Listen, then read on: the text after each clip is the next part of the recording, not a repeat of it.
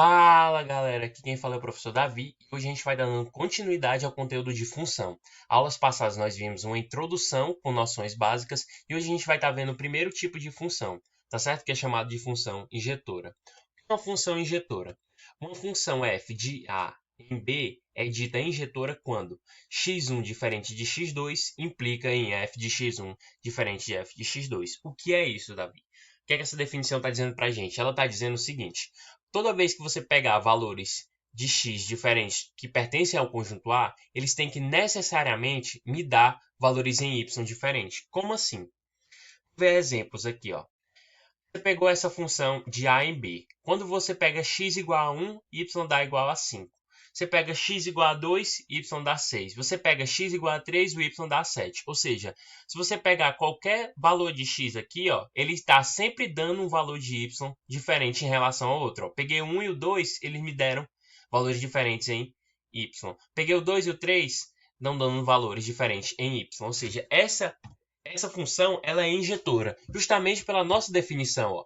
Se você pegar sempre dois valores diferentes em x, você necessariamente tem que obter diferente em y. Vamos ver esse segundo caso. Quando eu pego x igual a menos 4, o y dá 16. Quando eu pego x igual a 0, o y dá 0. Quando eu pego x igual a 4, o y dá 16. Ou seja, se eu pegar esse menos 4 e o 4, que são dois valores de x diferentes, eu estou obtendo o quê? O mesmo y.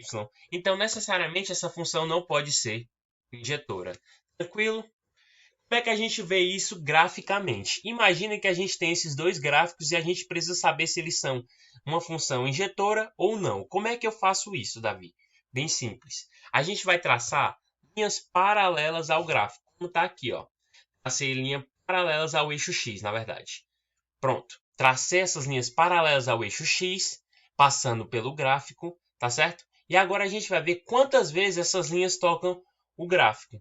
Essa linha aqui, essa primeira linha, ó, se você observar, tá tocando o gráfico apenas nesse ponto. Essa segunda linha, tocando apenas nesse ponto. Essa terceira linha, apenas nesse ponto.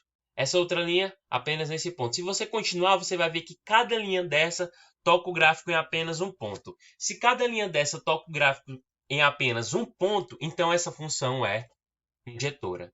Tá certo? Vamos fazer a mesma coisa para esse segundo gráfico. Passamos as nossas linhas paralelas ao eixo x e vamos ver quantas vezes elas tocam o nosso gráfico. Essa aqui está tocando aqui e bem aqui, tocando duas vezes. Está tocando aqui e bem aqui. Cada uma delas, se você perceber, vai estar tocando o gráfico em dois pontos. Toda vez que eu construir linhas paralelas que cortem o meu gráfico, né, paralelas ao x, e cortem o meu gráfico em dois ou mais pontos, significa que essa não é uma função injetora. Porque para ser função injetora, tem que tocar em apenas uma vez o gráfico. Tá certo, pessoal? Agora, exemplos de função. Como é que a gente sabe se uma função é ou não injetora sem ver o gráfico? Bem simples, pessoal. Temos aqui uma função, um exemplo A, que é uma função de R em R, ou seja, o meu conjunto A são os reais, que é o domínio, e o conjunto B, que é o contradomínio, também é os reais. Tá certo? E eu tenho uma função x ao quadrado mais 1. Vamos supor que eu pegue um valor x igual a 2. Vai ficar 2 ao quadrado mais 1, 5. Pego x igual a menos 2. Vou ter menos 2 ao quadrado, 4, mais 1, 5. Se eu pegar x igual a 3, 3 ao quadrado, 9, mais 1, 10.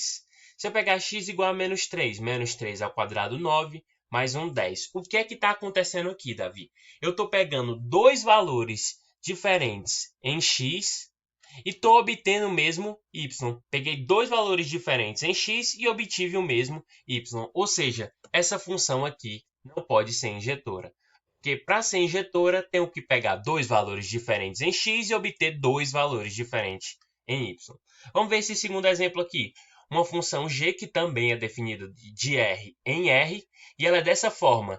G de x é igual a 3x. Quando eu pego x igual a 4, vai ficar 3 vezes 4, 12. Se eu pego x igual a menos 4, 3 vezes menos 4, menos 12. Se eu pego x igual a 7, 3 vezes 7, 21. Se eu pego x igual a menos 7, 3 vezes menos 7, igual a menos 21. Ou seja, estou pegando valores diferentes em x e obtendo valores diferentes em y. Peguei valores diferentes em x e obtive valores diferentes em y. Ou seja, essa função claramente é injetora. Tranquilo, pessoal? Vamos ver agora um exemplo de questão para ver como é que cai no vestibular isso. Uma questão aqui, a questão 6, que é da UES. Se x e y são conjuntos que possuem 6 e 12 elementos, respectivamente, então o número de funções injetoras x em y que podem ser construídas é o seguinte. O que é a função injetora que a gente acabou de ver? Uma função f é dita injetora quando o quê? Quando eu pegar dois valores diferentes em x e obter dois valores diferentes em y. Tá certo? Então, vamos construir aqui a nossa... Supor que o nosso conjunto x seja esse aqui com os elementos a até o f e o conjunto y seja esse, os números de 1 a 12. Eu quero formar funções injetoras. O que é isso, né? A gente vai pegar sempre valores diferentes em x e necessariamente eu vou ter que obter valores diferentes em y, tá certo? Ou seja, vamos supor que eu ligue esse a, vamos supor que o a se ligue com 1. Quando o a se liga com 1, ninguém mais nesse conjunto x vai poder se ligar com 1. Por quê? Porque quando a gente pega valores diferentes em x, tem que obter valores diferentes em y. Tá certo? Então, quando eu for pegar o valor a aqui para escolher, para fazer uma função injetora, né? Fazer uma ligação, então eu vou ter quantas possibilidades para o a? Eu vou ter as 12 primeiras possibilidades. Quando eu for escolher o valor b, vamos supor que o a se ligou com 1. Então, o b vai ter todos esses elementos menos o 1 para escolher. Então, vai ter do 2 até o 12, que dá quantas possibilidades? 11. Tá certo? Quando eu for escolher o C, vamos supor que o B escolheu o 2, o A escolheu o 1, o C vai ter do 3 até o 12, ou seja, 10 possibilidades. Da mesma forma, o D.